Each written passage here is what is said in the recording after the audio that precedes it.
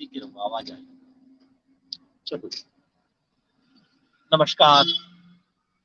अब मैं सिंगू बॉर्डर से बोल रहा हूँ। सार्वजनिक जीवन भी ऐसा है कि अवसाद का भी वक्त नहीं देता।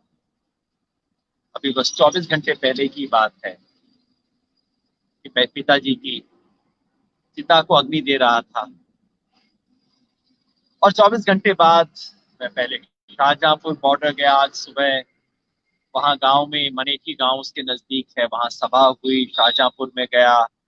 और फिर यहाँ सिंगू बॉर्डर में एक बहुत महत्वपूर्ण बैठक थी किसान संगठनों की, वो अटेंड की। किसान संगठनों की बैठक के बाद जो 7 मेंबरी कमेटी है, जो पूरे देश के आंदोलन में समन्वय का काम कर रही है, कोऑर्डिनेशन का काम कर रही है, उसकी मीटिंग थी। वो भी काफी समय से नहीं हुई थी। वो मीटिंग सब करके अब वापस गांव की तरफ हूं, क्योंकि कल परसों पिताजी को याद करने का। आज सुबह जब पिताजी के बारे में बात की, आप में से बहुत लोगों ने उसे सुना, देखा, टिप्पणी की, सराहा। सबको दिल से धन्यवाद करता हूँ। और एक बात की क्षमा मांगना चाहता हूँ कि आज सुबह अपने व्यक्तिगत अवसाद, दुख और याद में इतना डूब गया कि आपको बताना भूल गया कि आज किसान दिवस है। 23 दिसंबर किसान दिवस है। और किसान दिवस क्यों मनाया जाता है हम भूल जाते हैं। चौधरी चरण सिंह की स्मृति में। आज की पीढ़ी में तो बताना पड़ेगा चौधरी चरण सिंह कौन थे, क्या थे। और ज्यादा से ज्यादा लोग कह देंगे देश के उप प्रधानमंत्री बने, लेकिन वो उनका परिचय नहीं है। हमारे देश में एक मामला है कि या तो व्यक्ति को उसकी कुर्सी पे रिड्यूस कर दिया जाता है या उसकी जाति पे रिड्यूस कर दिया जाता है।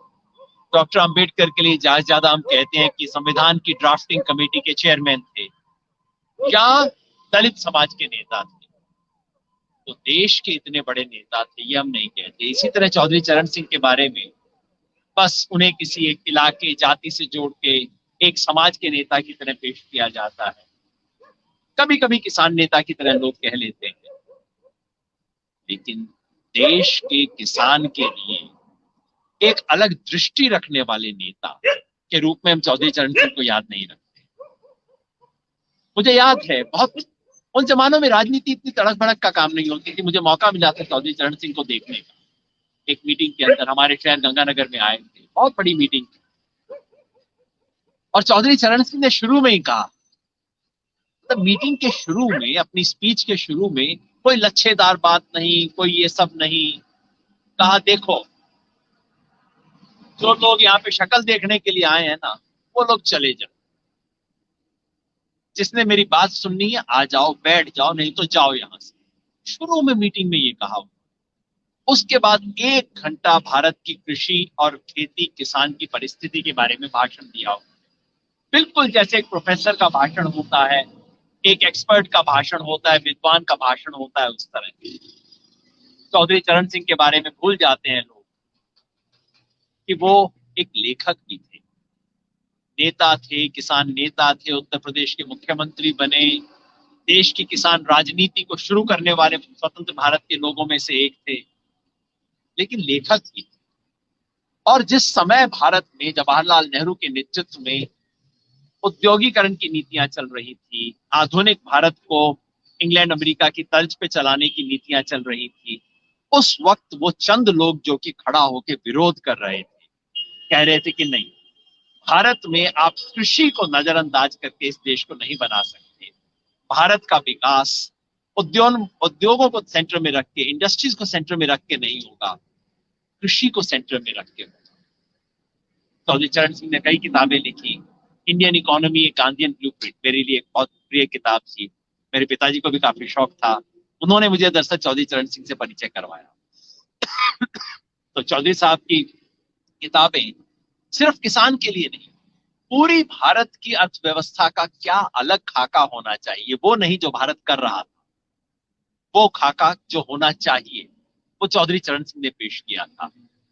उस बड़े नेता को, उस दृष्टा को आज नमन करने का दिन है। आप सबसे अनुरोध करूंगा, थोड़ा कोशिश करके कुछ पढ़िएगा चौधरी साहब के बारे में। वो लोग भी जब जो आज सिर्फ एक जाति विशेष का नाम लेके चौधरी साहब को याद करते हैं, उनसे भी सलाम करूंगा, भाई उस आदमी को थोड़ा पढ़ भी लिया करो, उसने क्या कहा। आज की बातचीत में महत्वपूर्ण बात जो आपको बताना चाहता हूं वो सरकार को जवाब के बारे में। जैसे मैंने बताया, आज दोपहर बाद हमारी बैठक हुई सभी संगठनों की। जैसा मीडिया में आया, 20 तारीख को सरकार की तरफ से एक और चिट्ठी आई। अब वो चिट्ठी क्या कहती है? सरकार के जॉइंट सेक्रेटरी हैं जो चिट्ठी लिख रहे हैं सरकार की तरफ से। चिट्ठी कहती है मोटे तौर पे कि देखिए, अब आप हमसे बात तो कीजिए ना प्लीज, किसान संगठनों को अपील है। और वो कहते हैं, हमने तो हर बार बिल्कुल शुरुआत से आपसे बात करने की कोशिश की है। अक्टूबर में हमने बात की, उसके बाद बात की, हमने 3 तारीख को बुलाना था, उसके बजाय 1 को बुलाया। और इशारतन कहती है कि देखिए, आप ही लोग अड़े हुए हैं, आप लोग सुनते नहीं हैं, आप लोग हमारी बात को मानते नहीं हैं। हमने तो आपकी बातें भी मान ली, आपने संशोधन बताए, हमने स्वीकार कर लिए, फिर भी देखिए आप मान नहीं रहे हैं, आप जिद पे अड़े हुए हैं, इत्यादि इत्यादि। लंबी सी कहानी है। कुल मिला के वो चिट्ठी किसानों के लिए लिखी नहीं गई है, चिट्ठी मीडिया के लिए लिखी गई है, ताकि मीडिया कहे, अरे ये किसान लोग बात क्यों नहीं करते, किसान लोग अड़े क्यों हुए हैं, किसान लोग जिद्दी क्यों हैं, किसान लोग वार्ता में रुचि क्यों नहीं रखते।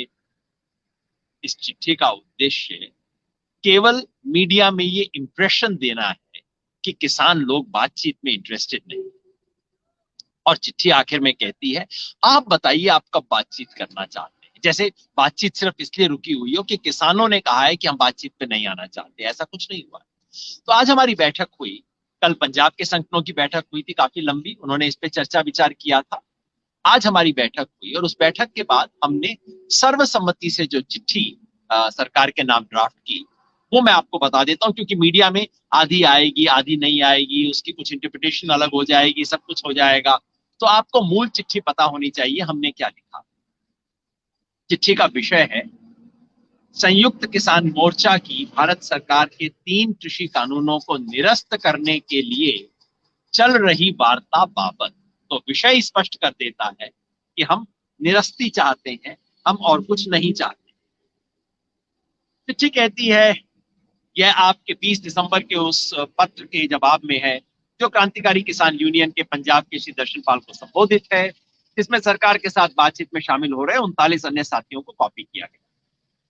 चिट्ठी कहती है, हमें अफसोस है कि इस पत्र में आपने पूछा, क्योंकि पत्र कहता है, बड़ा इशारतन, बड़े शरारत करते हैं सरकार के अफसर अपने चिट्ठी में। पिछली चिट्ठी जो 16 तारीख को दर्शन पाल जी के नाम से गई थी सिग्नेचर से, वो कहते हैं हमें पता नहीं है आपका विचार है कि बाकी संगठनों का भी विचार है। जबकि वो चिट्ठी लिखने के बाद सभी संगठनों ने प्रेस कॉन्फ्रेंस की थी। मैं उस प्रेस कॉन्फ्रेंस में था। ऑफिशियल प्रेस कॉन्फ्रेंस में कहा कि हमने खारिज कर दिया। उसके बाद सरकार पूछती है, पता नहीं दर्शन पाल जी आपका व्यक्तिगत ओपिनियन है या कि बाकी संगठन सहमत है, हमें तो इसका भी नहीं पता। तो पहला पैराग्राफ उसके बारे में है, हमें अफसोस है कि इस पत्र में आपने पूछा है कि हमारा पिछला पत्र केवल एक व्यक्ति का मत है या कि सभी संगठनों का यही विचार है। हम आपको बता देना चाहते हैं कि डॉक्टर दर्शन पाल जी के नाम से भेजा गया संयुक्त किसान मोर्चा का पिछला पत्र और ये वाला पत्र इस आंदोलन में शामिल सभी संगठनों द्वारा लोकतांत्रिक चर्चा के बाद सर्वसम्मति से बनी राय है। इसके बारे में सवाल उठाना सरकार का काम नहीं है। कौन होती है सरकार ये कहने वाली? शरारत है, तोड़ने की कोशिश है, फूट डालने की कोशिश है। उसको साफ जवाब पहले पैराग्राफ। दूसरा पैराग्राफ उस चीज को जवाब है जो सरकार कह रही है कि अरे हम तो बातचीत में इंटरेस्टेड हैं, पहले दिन से है, देखिए ना आप ही लोग बातचीत करने में इंटरेस्टेड नहीं है। उसको जवाब देता है, हमें बहुत दुख के साथ भी कहना पड़ रहा है कि भारत सरकार के अन्य प्रयासों की तरह आपका यह पत्र भी किसान आंदोलन को नित नए तरीकों से बदनाम करने का प्रयास है। यह किसी से छुपा नहीं है कि भारत सरकार पूरे देश के किसानों के शांतिपूर्ण जमीनी और कानून सम्मत संघर्ष को अलगाववादियों और चरमपंथियों के रूप में पेश करने, सांप्रदायवादी और क्षेत्रीय रंग में रंगने और बेतुका व तर्कहीन शक्ल में चित्रित करने की कोशिश कर रही है। सच ये है कि किसानों ने साफगोई से वार्ता की है, बिल्कुल ईमानदारी से किसानों ने की है, भाई यस या नो में हमें जवाब चाहिए, हमें रिपील चाहिए, रद्द करवाना चाहिए। लेकिन सरकार की तरफ से इस वार्ता में तिकड़म और चालाकी का सहारा लिया गया है। बिल्कुल साफ बात कही है। इसके अलावा सरकार तथाकथित किसान नेताओं और ऐसे कागजी संगठनों के साथ समानांतर वार्ता आयोजित कर इस आंदोलन को तोड़ने का कोशिश कर रही है, जिसका इस चल रहे आंदोलन से कोई संबंध ही नहीं है। जिन लोगों ने आंदोलन किया नहीं वो कह रहे हैं मैं सरकार से संतुष्ट हूं, आंदोलन को वापस कर रहा हूं। भाई साहब, आप थे कहां पे? आप प्रदर्शनकारी किसानों से ऐसे निपट रहे हैं मानो वे भारत के संकटग्रस्त नागरिकों का समूह ना होकर सरकार के राजनीतिक प्रतिद्वंदी है। ऐसे किसान से आप बात कर रहे हो। सरकार का यह रवैया किसानों को अपने अस्तित्व की रक्षा की खातिर अपना विरोध प्रदर्शन और तेज करने के लिए मजबूर कर रहा है। किसान के पास और कोई रास्ता नहीं है, अब तो हमें इसको और तेज करना होगा, इस आंदोलन को शांतिपूर्वक और लोकतांत्रिक तरीके से। फिर उसके बाद सरकार को जवाब है। सरकार ने कहा था कि आप अपना तर्क तो बताइए। सरकार कहती है हमें तो अभी पता नहीं लगा, आपने हमारी चिट्ठी का डिटेल्ड रेस्पॉन्स तो अभी दिया ही नहीं है। तो उसके जवाब में कहते हैं हम हैरान हैं कि सरकार अब भी इन 3 कानूनों को निरस्त करने के हमारे तर्क समझ नहीं पा रही है। किसानों के प्रतिनिधि ने 3 केंद्रीय कृषि अधिनियमों को असंवैधानिक की नीतिगत दिशा, दृष्टिकोण, मूल उद्देश्य और संवैधानिकता के संबंध में बुनियादी मुद्दों को उठाते हुए इन्हें निरस्त करने की मांग की है। हम हैरान हैं कि आपको ये बात समझ नहीं आ रही है, लेकिन सरकार ने चालाकी से इन बुनियादी आपत्तियों को महज कुछ संशोधनों की मांग के रूप में पेश करना चाहा है। बार बार हम कहते थे इन्हें खारिज करो क्योंकि 1, 2, 3, 4 ये गड़बड़ी है। सरकार कहती है इन्होंने 4 संशोधन मांगे, लीजिए हम संशोधन कर देते हैं। बार बार ये चालाकी सरकार ने की। हमारी कई दौर की वार्ता के दौरान सरकार को स्पष्ट रूप से बताया गया कि ऐसे संशोधन हमें स्वीकार नहीं है। 5 दिसंबर 2020 को सरकार के संशोधन के मौखिक प्रस्ताव को खारिज करते के बाद हमें बताया गया कि सरकार के साथ चर्चा के बाद की ऊपर के साथ चर्चा के बाद ठोस प्रस्तावों को हमारे साथ साझा किया जाएगा। आज तक हमें इस तरह के ठोस प्रस्ताव मिले नहीं हैं। 5 तारीख को जब मीटिंग हुई थी, सरकार ने किया था उसका एक तरह का प्रस्ताव दिए थे, लेकिन वो प्रस्ताव जब आए तो प्रस्ताव पे विचार करके हमने देखा और वहीं पे सरकार को बता दिया था 5 तारीख को कि नहीं, ये तो हमें, आप संशोधन की बात क्यों कर रहे हो, हमें तो संशोधन मंजूर नहीं है। लेकिन सरकार उसके बाद जारी रही, सरकार ने अपनी बातों को वापस रखा। तो उसके बारे में 5 दिसंबर 2020 को सरकार के संशोधन के मौखिक प्रस्ताव खारिज करने के बाद हमें बताया गया था कि सरकार के साथ ऊपर चर्चा के बाद ठोस प्रस्तावों को हमारे साथ साझा किया जाएगा। ऊपर का मतलब क्या होता है आप समझ लीजिए। अगर मंत्री कहें ऊपर, मतलब साफ है प्रधानमंत्री और कैबिनेट से चर्चा करनी है। तो ठोस प्रस्ताव को हमारे साथ साझा किया जाएगा, ये वादा किया था। हमें आज तक इस तरह के कोई नए ठोस प्रस्ताव नहीं मिले हैं। आप जानते हैं कि आपने 9 दिसंबर 2020 को जो लिखित प्रस्ताव भेजे थे वो 5 दिसंबर की वार्ता में दिए गए उन मौखिक प्रस्तावों का दोहराव भर है जिन्हें हम पहले ही खारिज कर चुके हैं। 5 दिसंबर को हमने साफ कहा था कि भाई संशोधन और ये सब बातें ना करो, हमें रिपील चाहिए। सरकार ने कहा अच्छा रिपील चाहिए, फिर तो हमें ऊपर बात करनी पड़ेगी, उसके बाद हम प्रस्ताव लाएंगे। हमने कहा ठीक है, लेकिन 9 दिसंबर को जो लेके आए एग्जैक्टली वही चीज लेके आए। तो हमने कहा कि ये तो सिर्फ उसका दोहराव भर है जिन्हें हम पहले ही खारिज कर चुके हैं। आप यह भी जानते हैं कि आपके प्रस्ताव में अनिवार्य वस्तु संशोधन कानून का जिक्र भी नहीं है। ये जो ईसीए अमेंडमेंट एक्ट है उसके बारे में एक भी प्रस्ताव नहीं था। वो अडानी जी वाला मामला है, वहां पे कुछ सरकार संशोधन भी देने को तैयार नहीं है। हम फिर साफ कर दें कि हम इन कानूनों में संशोधन की मांग नहीं कर रहे, बल्कि इन्हें पूरी तरह से निरस्त करने की मांग कर रहे हैं। सरकार के साथ बार बार इस बात को दोहराना पड़ता है क्योंकि वो हर बार को घुमा के करने को तैयार है। चौथा पॉइंट है, इन तीनों कानूनों के अलावा, 3 का तो हमने कह दिया इसको निरस्त करना है और आप इसमें अमेंडमेंट की बातें मत करो, वो चर्चा ही आप हमारे साथ मत करो।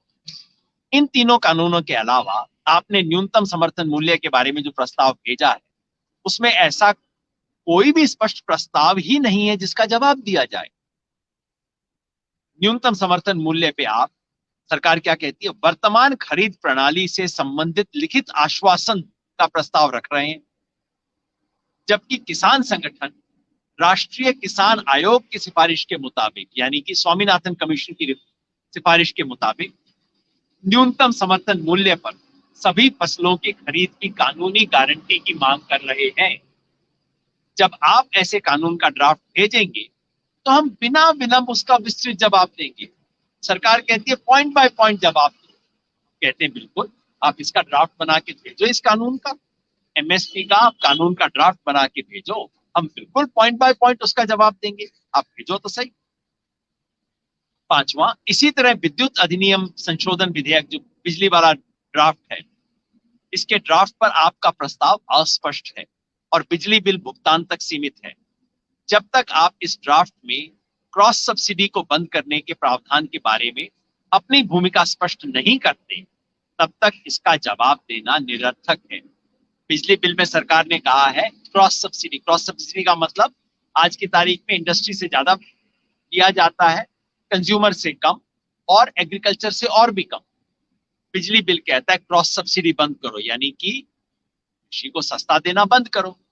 लेकिन आश्वासन देते हैं कि किसान के बिल पे कोई फर्क नहीं पड़ेगा। तो हम कह रहे हैं भैया, या तो आप साफ साफ कहो कि क्रॉस सब्सिडी का प्रोविजन आप हटाना चाहते हो उसे बंद करने का, नहीं तो इस तरह का वायदा क्यों कर रहे हो, इसका कोई मतलब नहीं, निरर्थक है तो बिल्कुल ही बात।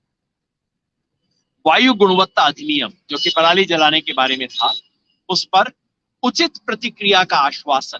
सरकार ने क्या कहा था, हम इस पर उचित प्रतिक्रिया देंगे। भाई उचित प्रतिक्रिया क्या होती है, साफ बताओ ना, आप क्या कहोगे। वायु गुणवत्ता अधिनियम पर उचित प्रतिक्रिया का आश्वासन इतना खोखला है कि उसका जवाब देना हास्यास्पद होगा। जवाब ही क्या दिया जाए। अगर कोई कहे मैंने आपको जवाब दे दिया, जवाब क्या है कि मैं आपको उचित जवाब दूंगा, इसका क्या जवाब देंगे हम, इसका तो कोई जवाब देना हास्यास्पद होगा।